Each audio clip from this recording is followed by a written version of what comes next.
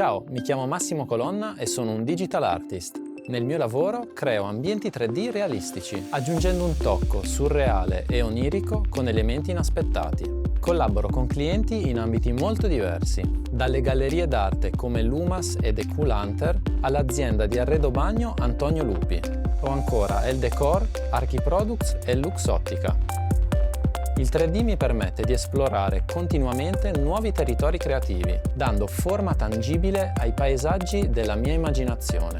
Il mio processo cambia da progetto a progetto. Sicuramente sono influenzato dalle atmosfere della mia infanzia in provincia, l'aria un po' sospesa nel tempo di alcuni paesi italiani, ma anche l'architettura brutalista o le decine di immagini che studio ogni giorno. Amo i contrasti che attirano l'attenzione e accendono l'immaginario, mettendo in discussione la realtà di chi guarda.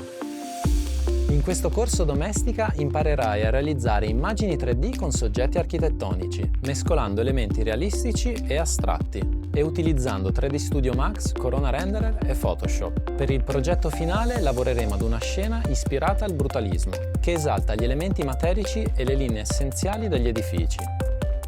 Per iniziare ti mostrerò alcune tecniche di base per familiarizzare con 3D Studio Max e Corona Renderer. Poi parleremo di composizione, sceglieremo il nostro soggetto e creeremo una moodboard. A questo punto sarà tutto pronto per disegnare il paesaggio, partendo dal terreno per poi modellare e assemblare il nostro edificio.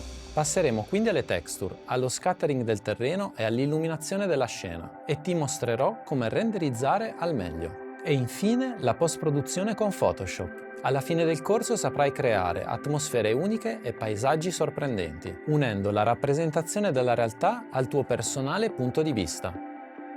Dai forma ai tuoi mondi immaginari e rendili veri grazie alla potenza del 3D.